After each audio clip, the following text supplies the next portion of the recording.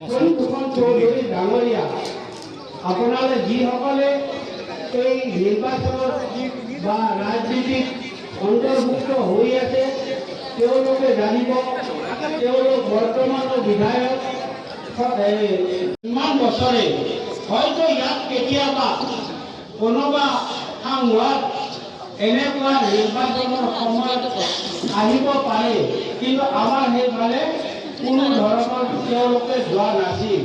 ৮৫ চনৰ পৰা ১৯৮৫ চনৰ পৰা তেখেত বিধায়ক হৈ আছে নেৰা নেকাৰাকো। ৮৫ চনৰ পৰা ১৯৮৫ চনৰ পৰা তেখেত বিধায়ক হৈ আছে নেৰা নেকাৰাকো।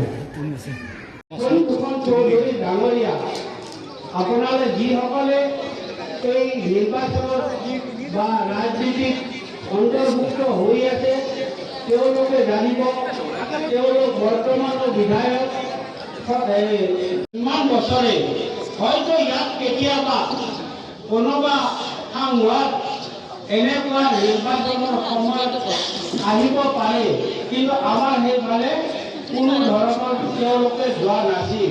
৮৫ চনৰ পৰা ১৯৮৫ চনৰ পৰা তেখেত বিধায়ক হৈ আছে নেৰা নেকাৰাকো।